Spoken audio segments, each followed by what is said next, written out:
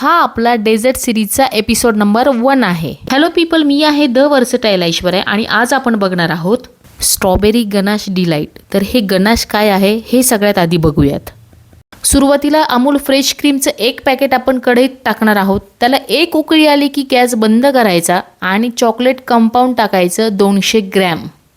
खूप जण chocolate melt करून डायरेक्ट स्ट्रॉबेरीवर टाकतात, तर मी ही थोडी वेगळी रेसिपी ट्राय केली आहे. तर गनाश तयार करून झाल्यानंतर माझा केक कुकरमधला फुललेला आहे. इतकं समाधान मिळतं ना हा फुललेला केक बघून. खूप मस्त स्पॉन्जी झाला होता.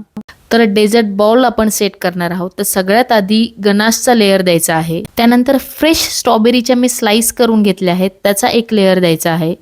त्यानंतर जो केक मी केला आहे त्याचा एक लेअर द्यायचा आहे. त्यानंतर परत एकदा गनाशचा लेअर, त्याच्यानंतर परत एकदा स्ट्रॉबेरीचा लेअर.